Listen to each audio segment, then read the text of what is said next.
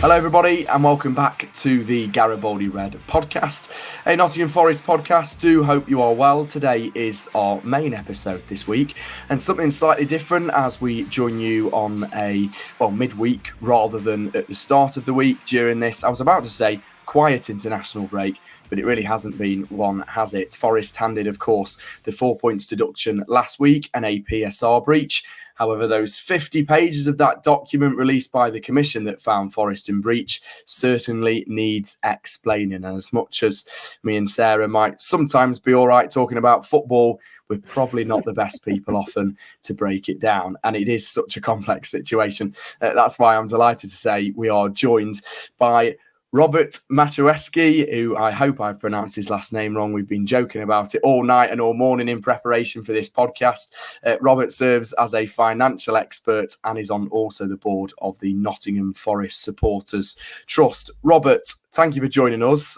Really appreciate your time and just I suppose for the listeners, give us a bit of kind of background info on yourself and also maybe the Forest connection with the trust as well. As for myself, chartered accountant over a sort of fairly extensive professional career, got involved in sport, the niche of sport, and advising a range of clubs and sporting franchises as well as elite athletes. I've also done expert witness reports in various financial investigations, and so have a sort of background of reading legal contracts and agreements and trying to understand them. I'm glad you do and we don't. It's such a complex situation and that's why we really appreciate you joining us today. I will also add that Robert released a joint statement with the Forest Supporters Trust yesterday. You can view that. It is probably going to be updated in the next few days, so by the time this podcast is out, there will be some things added to that. Also, when we're recording this Tuesday afternoon, Monday, Forest announced that they were going to appeal the points deduction. They had 7 days to decide, and the club have decided that they will appeal the original points deduction. But Robert, let's go back to the beginning with the actual charge and break it down. What were Nottingham Forest actually charged for by the Premier League? Before we get into that, can we go back a step further, really just to explain the objectives of the PSR rules, because I think it's important to understand what the objectives of the PSR rules are and then consider what Forest have done and been accused of and compare what they've been accused of with what the objectives of the rules are. And at risk of boring the listeners, the stated aims of PSR are, and I'll have to read them, improve the economic and financial capability of clubs, increase transparency and credibility, improve governance standards, encourage clubs to operate on the basis of their own revenues, introduce more discipline and rationality in club finances, and encourage responsible spending for the long-term benefit of football. So basically, it's to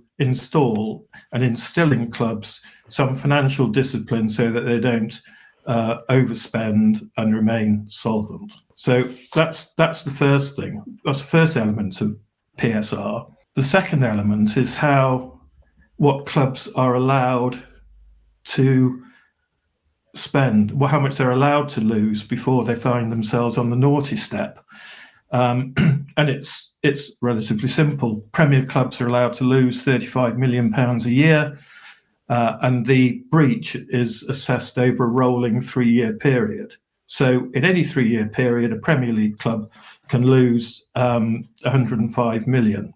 The rules are changed slightly if a club spends time in the Championship, because the allowed losses for a Championship club are £22 million a year less than a Premier League club. And so that's why, for considering Forest's Premier League, the PSR breach, they had 2 years in the Championship and 1 year in the Premier League. So the allowed losses was £61 million. The independent commission found that Forest had actually breached that, and the losses amounted to 95 million, an excess of 34 million. And a lot of the media have taken the simple approach and thought, well, that's a slam dunk. guilty as charged, how many points are you going to be deducted? And again, on the face of it, that might appear to be a reasonable approach. Rules are rules, you've broken them, take the punishment.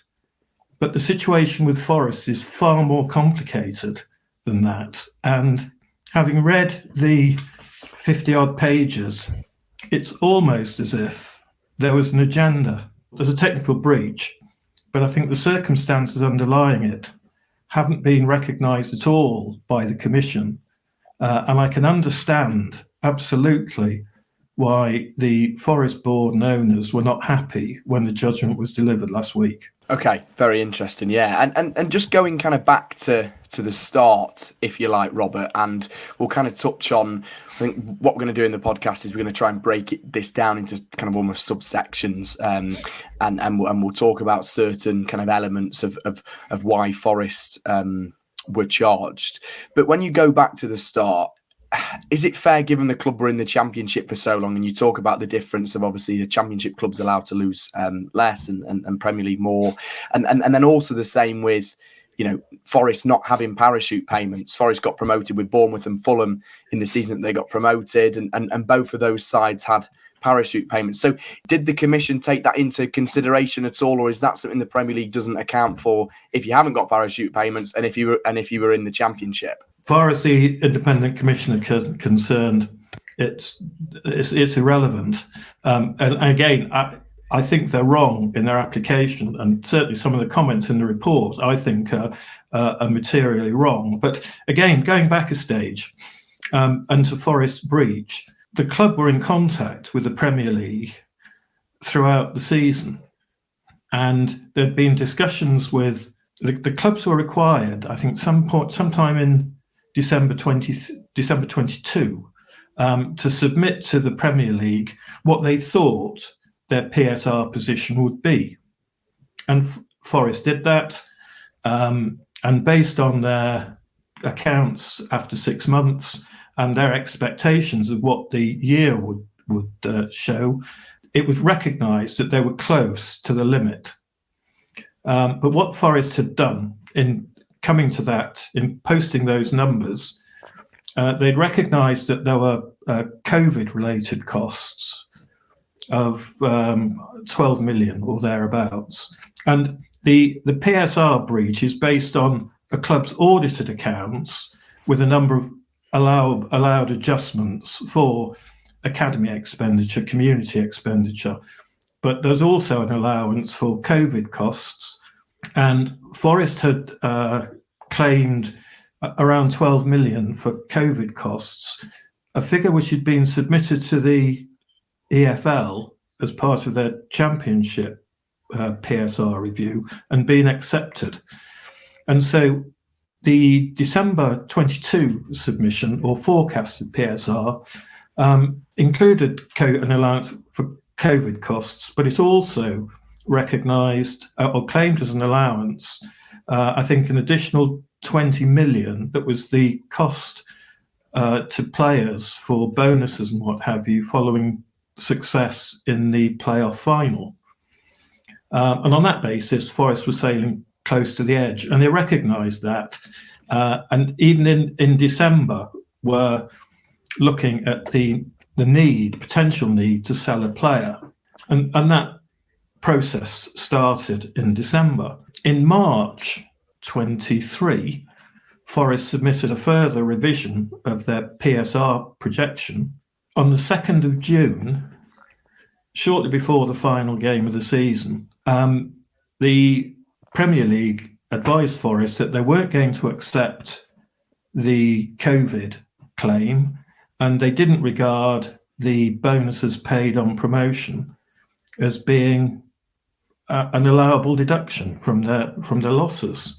So at a stroke, at the beginning of June, 2 or 3 weeks before the year end, at a time when the transfer window was closed, Forest were told, you're not got a minor breach, you're 35 million adrift. We could argue forever and a day, well, Forest should have known that. I'd have had more sympathy with that argument if the potential stance of the Premier League had been identified, had been notified to Forest in January when the winter transfer window was still open.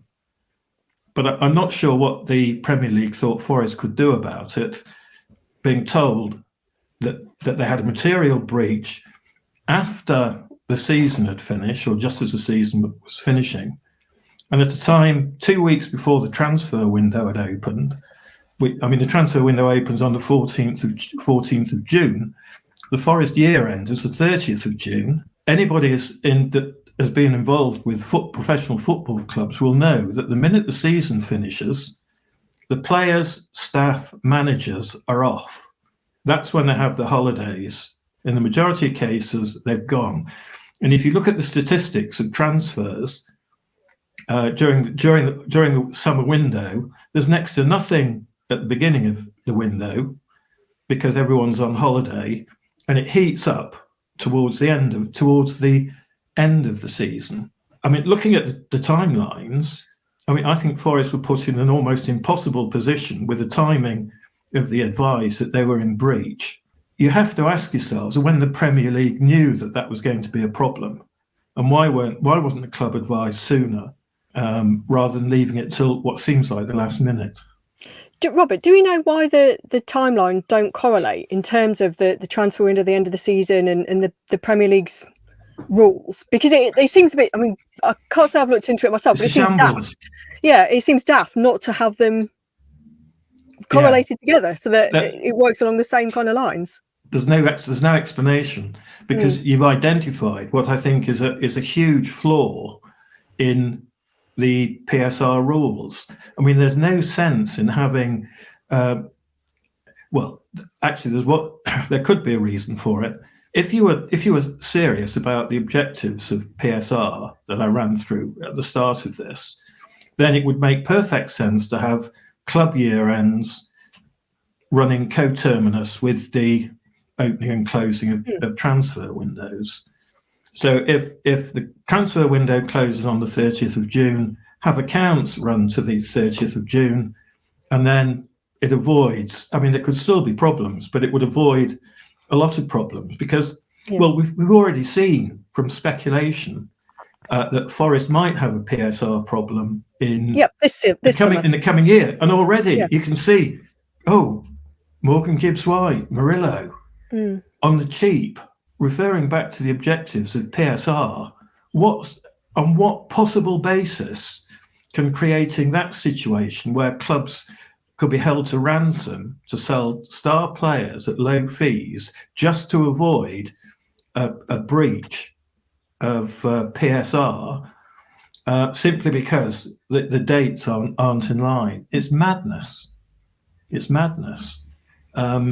But sometimes looking for sense in rules in football is, it's there's no point in it because there is no rhyme or reason. You've only got to look at Willy Bolly's sending off against Bournemouth, and the VAR couldn't intervene because it was a second yellow.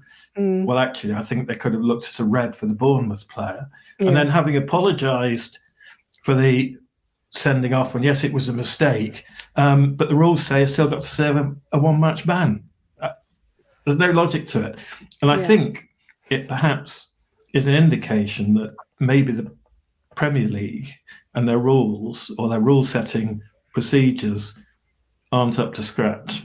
A lot of Forest and football fans given Everton and now Leicester's points deductions, possible points deduction for Leicester and kind of breaking PSR comes into consideration. So when, Robert, we talk about kind of the rules not being fit for purpose, but with these rules that the Premier League currently have in place, is a 4-point deduction fair given almost your findings when you've looked into this commission, or is it unbelievably harsh? And with Forest appealing, is there a sense that, a lot of fans were talking about more points, but a lot of media reports yesterday said that that's very unlikely. Is there a sense that points could come off with this appeal as well? If you look at the Brennan Johnson transfer in detail and various stages that it went through, and you examine the stance of the commission, it's ridiculous. It's ridiculous because I think it was on the 30th of June, Forest year end, Atletico Madrid came in with an offer for Brennan Johnson, but it was conditional on a number of factors. It needed Spanish league approval, they needed to agree terms with the player, but more significantly, it was dependent on Atletico actually selling one of their own players to generate the transfer fees to pay for Brennan. That wasn't an offer that was capable of acceptance. And you can only speculate as to what the reaction of the commission would have been if Forest had accepted this conditional offer and the whole thing turned to dust because they couldn't sell the player they wanted to sell and get the money for it. I can only speculate as to what the commission would have said about what a daft decision it was to accept the conditional offer. But there's a comment in the report that says Forest should have accepted that because hopefully it would have been concluded sometime shortly after the year end. Well, honestly, I've never seen a comment like that in a court judgment before, in a legal judgment like that. Never. I mean, on what basis is the independent commission suggesting that Forest should have accepted an offer because hopefully it would have been completed? Nonsense. So that was rejected. Then a few weeks later, Brentford steam in with an offer, 30 million, I think, that was rejected. They come back a fortnight later, 35 million, and I think they increased it again after that, and the offers were rejected because, again, and it's recorded in the report, that Brennan had appointed new advisors. The club had told the new advisor that they were in a position where they might have to sell, and so the new advisors were looking for options now for Brennan. Now, Tottenham were mentioned as a potential purchaser during the back end of last season, and I suspect that a potential new club for Brennan was being sought shortly after January. Given the option of joining Tottenham and Brentford, well, it's up to the player to choose. It's not Forest's choice. It's not Forest's choice where a selling player goes, because it takes three parties to agree for a transfer. The selling club and the buying club need to agree a price, and then the buying club needs to agree terms with the player. And without those three in agreement, no transfer can take place. That's a factor that seems to have been ignored by the independent commission in the way that they have finished this report.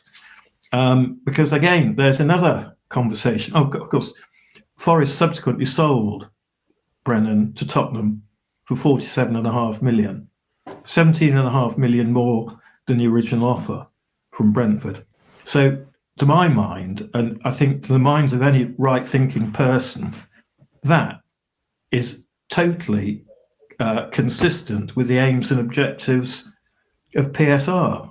Sensible financial management, maximising your revenues. The commission view was somewhat different. Forest should have accepted the lower offer. It might have cost them money, but it would have shown respect for the rules. Again, what rules? How on earth could willingly, knowingly take a loss of, or losing 17.5 million? How on earth is that consistent with the stated aims of PSR? It's nonsense, absolutely nonsense. And whereas the commission was looking as if it would have taken acceptance of the conditional offer from Atletico Madrid, it would have taken the sale to Brentford as a near miss and recognised the profit that Forest earned. In fact, it says in the report, if Forest had accepted 30 million, it would have almost cleared the shortfall, as if that's what they should have done and this wouldn't be a problem.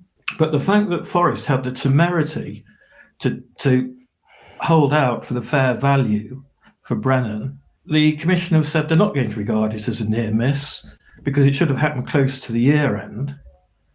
And then, it started off at 6 and then I think recognised that was a sticky wicket and came up with some sort of fairly convoluted means of reducing it to 2 by 2 to 4. Yeah, I was going to jump in there, Robert, actually. Did Forest's points deduction then get reduced from, by that 2 to 4 because of anything to do with Brennan and the whole mitigating circumstances? Or was it more reduced because Forest, of what the Premier League called, cooperated efficiently with them? It's a bit of both, I think. And again, I having read the report following the reduction of the points hit on Everton to 6, I have to say I didn't quite follow it. I mean, it was almost, again, as if they realised, well, we've got to do something here, because some of the reasons given for the deduction I didn't think made sense. But, it went from 10 to 6 and that was it. And so, there's a bit of spiel in this 50 pages that it was a serious breach and we could have done this and we could have done that and we could have done the other, but we'll call it 6 and then we'll knock 2 off. The impression I got when I was pouring through this 50 odd pages was that it was a hatchet job. I mean, Max, you mentioned earlier the Bournemouth and Fulham and parachute payments. Another thing, do you remember when Forest were newly promoted, how the media kept banging on and on and on about the number? Oh, they've signed somebody else and we've got all these players, and well, it was like an echo in this report. They spent all this money on players and they've got all these players, but actually, if you look at, I actually looked at the movement in squad numbers. Yeah, a lot of players came in, but a lot of players went out in the promotion season, and the headcount actually fell when you take account of permanent signings in and loan signings in, and permanent signings out and loan signings out. So again, it was repeating this, old line of signed all these players without actually paying attention to the facts. And they also said that Forest spent 145 million, and that's far more than any club has spent having been promoted since, and they covered the period of 2013 to 2022, 2023. And you think, oh, crikey, that's an interesting statistic. And in some respects is right. The report's right. Nobody spent 145 million on players in 2013. But what the report didn't say to qualify that statistic is that football revenues in 2023 were twice the in 2013. And so I mean, again, it's like it sounds like the sort of statistic you'd throw in if you wanted to make it look as if you knew what you were talking about, but without actually thinking about the ramifications of what you were saying. Because if you were to track transfer fees from 2013 to now, I bet there'd be a line, an upward curve that followed the upward curve in football revenues. Wage inflation, transfer fee inflation follows the revenue. So I thought that was a slightly disingenuous statistic to throw in.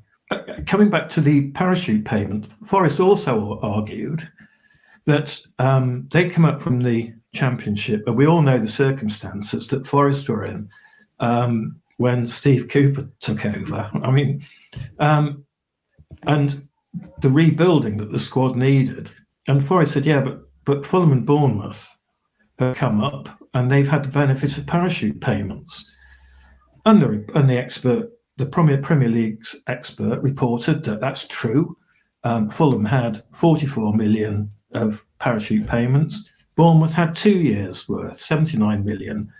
But that wasn't spent on players. That was spent it wasn't invested in players. It was spent to cover the loss in revenue from relegation. I think that's, again, a slightly misleading stance, because by virtue of the fact they had the parachute payments, they were able to continue to pay the salaries of the players with Premier League experience that they wanted to keep. So they didn't have to buy players to cover a gap, as Forest did, because parachute payments allowed them to keep them on the payroll.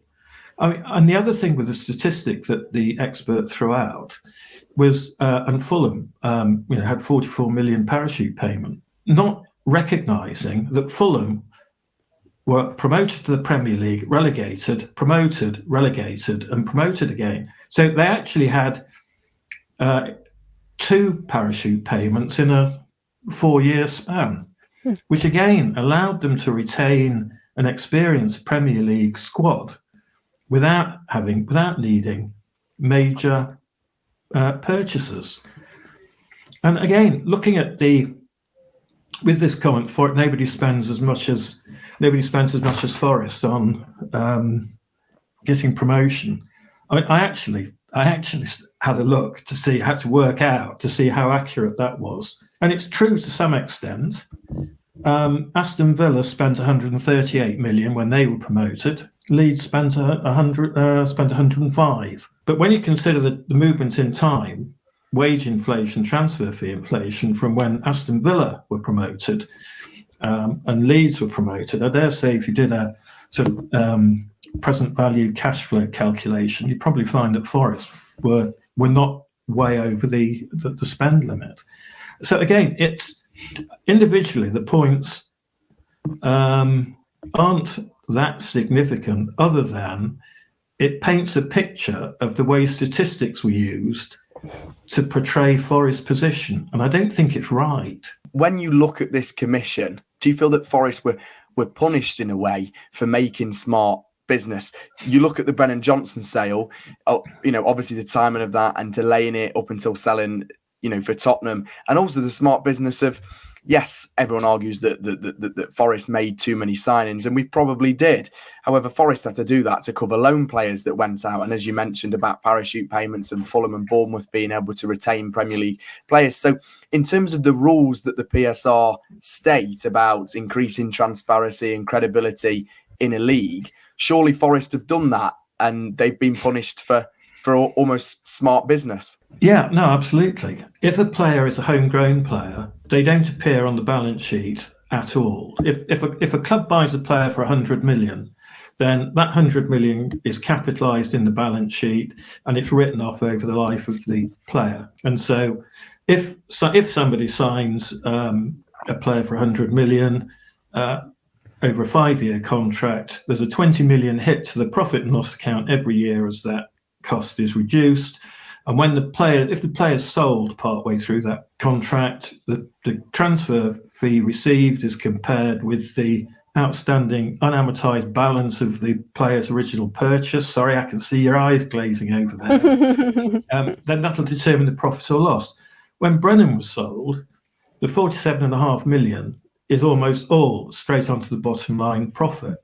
So if you actually consider the Forest balance sheet and accounts at the 30th of June at the year end, it's got an asset that was sold 2 months later for 47.5 million, sitting there at nil value in the club. 2 months later, they've got 47.5 million. And because of that delay, the commissioner saying it's a 4-point penalty. It's nonsense. Nonsense. I mean, in any other business that had an appreciating asset that was worth 47.5 million, it would have been recognised in the accounts at 47.5 million. There wouldn't have been a loss in that year. But because the accounting rules are such that it doesn't allow for human asset accounting, Brennan wasn't included on the accounts anywhere. So it was a sort of hidden asset that was realised shortly after the year end, but totally disregarded, not regarded as a near miss, 4 points. Crazy. So you think then, Robert, that Forest shouldn't have got any points at all, or should there have been maybe 1 or 2, given your findings potentially? Well, this again is where we come to another problem with PSR. Financial fair play rules have been introduced since in 2013, in around 2013, and I'm not really aware of many other clubs up until the recent flurry of being sort of called to account a cynic might suggest it has something to do with the Premier League trying to show that they're in control of the game, so there's no need for an independent regulator. But that's just my view. But there's no framework for sorting out what the penalties should be for a breach. There's sort of, they say, well, if it's a serious breach, then it should be, well, if a club goes into administration, it's 9 points. So if a club goes bust, leaving chaos with its creditors, it's 9 points. But you sell a player 2 months after the year end, and you get 4 points. Where's the sense in that? It's totally disproportionate. So what could the Premier League have done? They could have said, there's a technical breach, don't do it again, there's a fine. That's one way. They could have said, there's a technical breach, you can't sign anyone in summer. That'd be another way. They could have said, you've been naughty boys, you're on the naughty step, there's a 4-point penalty, but we'll hold it over until we see your next set of accounts. That would have been another approach. They decided that Forest deserved a 4-pointer. If the Premier League applied the rules fairly and consistently across all the clubs in the Premier League without favour, then I'd perhaps be more accepting of it. But that's not what the Premier League are doing. And it seems, and again, this could be a cynical view, but it seems, depending on how big the club is and how much clout they've got in the smoke-filled corridors of the Premier League, it's probably not smoke-filled anymore, it's probably vape-filled, but they get away with it. You've obviously read the Everton judgments as well. So Forest's appeal, do we read anything into the fact that Everton got theirs reduced, or is it completely different and we can't take anything from it? I wouldn't take anything from it. To be honest, if somebody had presented the facts of the Forest case to me without mentioning any names, and I've tried to be dispassionate and independent in assessing these facts, I would have thought it's a technical breach, but there are circumstances, and if the objective of the Premier League really is to have a competitive league, and everyone playing on a level playing field, then I'd have thought a fine, maybe, slap on the wrist, suspended, transfer embargo, possibly, suspending points deduction, possibly. I wouldn't have thought in a month of Sundays that it would have been a 4-point deduction. And I think the comparison with Everton's penalty of 10 points reduced to 6, because their breach was only 19 million and Forest was 38 million. It's comparing apples with pears, because Everton's breach has continued and got bigger. Forest was a 2-month delay because of the circumstances, because of the timing of the relevant dates, and the fact that whatever the commission thinks about selling Brennan Johnson, when the transfer window shut on the 31st of January and then reopened on the 14th of June, there was nothing they could do. I think Forest have been harshly dealt with, if I'm honest. When you look at the Premier League and the difference of kind of gulf of quality in the top 6, and even you could argue maybe the top 10 and the rest of the Premier League, how hard is it for newly promoted clubs that included Forest and still include Forest in a way to actually compete? And does it almost create a sense of a top six bias here, given that the teams that have been deducted points so far are the teams that, if you include Leicester, are in the lower half of the league, and the teams like Chelsea, and obviously everyone talks about Man City's 115 charges, possibly more, are left alone? Absolutely. I mean, I don't think newly promoted teams stand a chance. And I've been tracking the accounts of Premier League clubs as they're filed, and Sheffield United filed their accounts for 2023 a few days ago, and they in their promotion season they announced a loss of 35 million. Well, if they survive in the Premier League this year, they're going to have PSR problem next year unless they sell a shed load of players. So any team that comes up is going to be put in an almost impossible position, needing to sell to avoid a PSR breach. And of course, that means players are going to have to be sold in the winter window, or they're going to run the same risk that Forest have had with having 2 weeks at the end of June to sell a player before the shutter comes down and the PSR get the abacus out and calculate how big the deficit is. It's crazy. It's crazy. Now, again, a cynical view might be that would suit the top 6 clubs to a T. If all of the star players in the teams that are promoted can be picked off at low transfer fees because they're desperate to sell because they don't want a points penalty. But why, again, on what basis is that encouraging a strong and fair competition? It's not. It's not. The rules have to change. Can you understand the decision to appeal, Robert? Absolutely. And I mean, I'm not surprised that the club were a little upset when they read the report, because it read to me like a hatchet job. But the Premier League are the Premier League, and they appointed a commission, and I would have expected better from them, I have to say. I think that does us nicely. A lot of points covered. I think kind of all the the 50 pages simplified, if you like, in 40 minutes or so. Sarah, any final points from you, or kind of how you're feeling at the minute, given that Forest will appeal? I think the only difficulty with it is from a psychological point of view.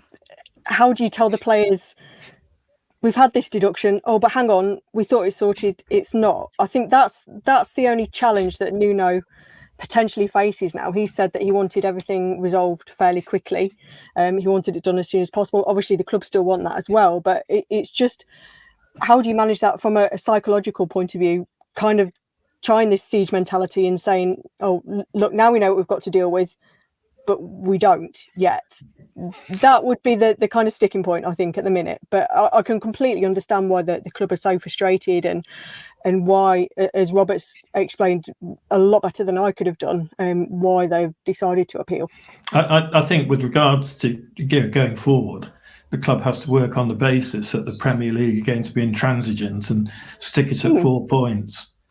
Yeah. And work on that basis. And hopefully when it comes to the end of the season, it doesn't matter whether it's 4 points, because we'll be clear. Best thing for everybody, not just Forest, but for everybody in the relegation fight, is to get it sorted before, not just Forest, but Everton as well, before the season finishes. The last thing anybody wants, and which would be an absolute nightmare, is for it to go on beyond the final game, for there to be some uncertainty of anybody thinking, we don't know if we're safe, we don't know if we're going down. That's ridiculous to be in that kind of situation. Yeah.